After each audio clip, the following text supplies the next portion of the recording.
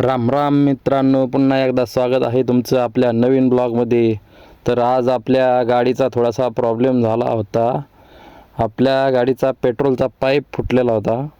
त्यानंतर आपण गॅरेजवर येऊन गाडीला पेट्रोलचा नवीन पाईप टाकलेला आहे. गाडी आपण वॉशिंगसाठी लावलेली आहे. ही बघू शकता मित्रांनो, आपली गाडी ही नाही मित्रांनो, आपली ही गाडी आहे. ती पण घेऊ लवकरच.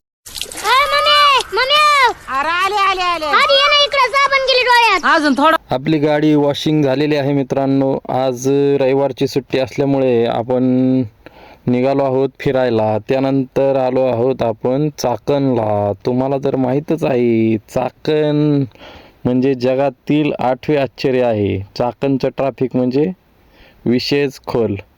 मग काय लागलं आपल्याला चाकणचं ट्रॅफिक. कसा बसा चाकणच्या ट्रॅफिकच्या बाहेर निघालो जो आनंदच वेगळा होता मित्रांनो. आमचं पिल्लू पहिल्यांदाच घराच्या बाहेर बऱ्याच दिवसांनी निघालं होतं, त्यामुळं एकदम खुश होती. त्यानंतर आपण थोडंसं हलकं होण्यासाठी रस्त्याच्या कडेला थांबलो होतो.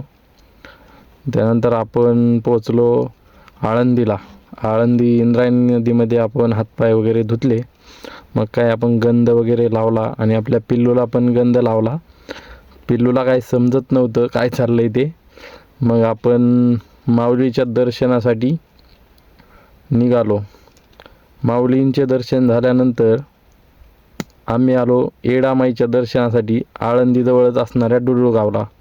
मग आम्ही येडामाईचं दर्शन घेतलं. येडामाईच्या पायरीवर नारळ फोडला. जशी येडामाई सगळ्यांच्या नवसाला पावते तसा आपला नारळ पण पावला. येडामाईचं दर्शन करून आम्ही घराकडे निघालो. रस्त्यात पाणीपुरी खायला थांबलो.